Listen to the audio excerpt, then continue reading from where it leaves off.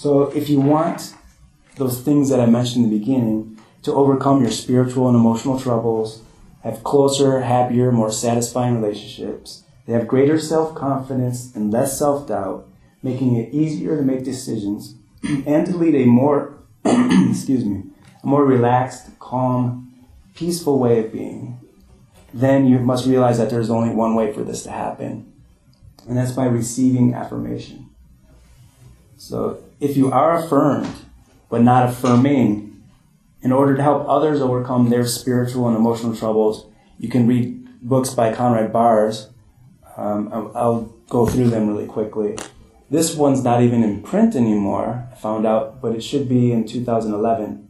It's called Born Only Once, The Miracle of Affirmation. This is a great book. I think every Catholic should read it. On the handouts, you'll see that an audiobook is available on the womenofgrace.com website. So you can get an audiobook of this. And then another one that I think every Catholic should read is Feeling and Healing Your Emotions. A Christian psychiatrist shows you how to grow to wholeness. This one's great. It has everything you need to know about the emotions and the teachings of St. Thomas Aquinas on the emotions. And the other books I have aren't really for everyone. This one's called Healing the Unaffirmed, Recognizing Emotional Deprivation Disorder. And this is just if you want to go a little further. And this one probably is best for just clinicians. Psychic Wholeness and Healing, Using All the Powers of the Human Psyche. And psyche means soul.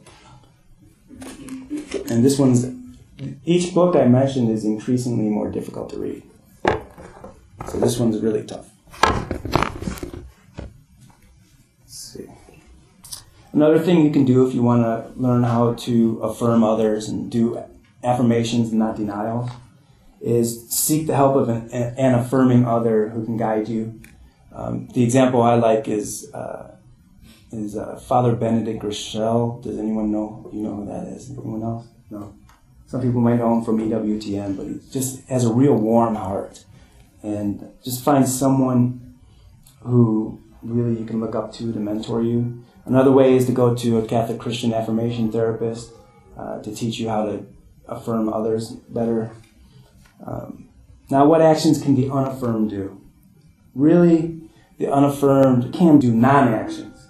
Slow down their busy life, spend more leisure time in nature, admiring the goodness of God's beauty, God's creation.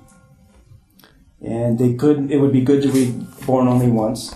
This is a good book to read. And also there are these great meditation CDs available on conradbars.com, and that's on your handouts too. The title is Affirmation and Psychic Incarnation for Emotionally and Spiritually Troubled People. Now psychic, that's not New Age either. It just means psychological. And one thing to remember is that a book or a meditation CD is not going to affirm someone. We get affirmed by another person.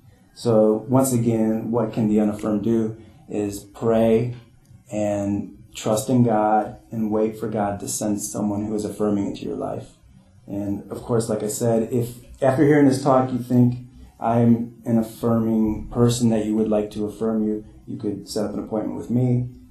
And my business cards are on the handouts. And you know, my website's vaticanvalues.com. You can go ahead and look at that. One thing I want to say is that a non-affirmation therapist can actually harm you. And there are plenty of therapists out there who are unaffirmed and also unaffirming, even if they are affirmed, unaffirming. So you have to find a really good therapist. I think you have one here on campus. I'm on campus. I'm at the Newman Oh, you're at the Newman Center? Yeah. Okay, at the Newman Center. Short driveway. And of course, I'm in downtown Riverside. Another thing I want to say is that the popular CBT therapy, which is cognitive behavioral therapy, it's so popular, it's accepted by all the insurance companies. There's research out there saying it reduces symptoms. And at its core, it is inherently non-affirming towards the emotions. If someone is a CBT therapist, hopefully they would have integrated it with the teachings of the faith. If they haven't, you can ask them questions and say, what have you done to make this more Catholic? And if they can't answer those questions, they're not thinking hard enough and really doing the hard work. So you probably want to stay away from a CBT therapist unless they're Catholic and you ask them the right questions. To give you an example, I had a client who came in and wanted to learn how to express his anger to his wife in a productive way. Because he either did it the passive-aggressive way by leaving the dishes dirty and not doing his tasks, or he blew up. And I was working with him and his wife, and he got quiet. It was a little bit unusual. He got quiet.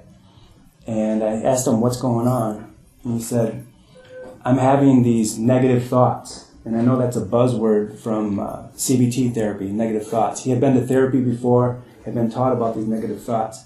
He knew nothing about his anger.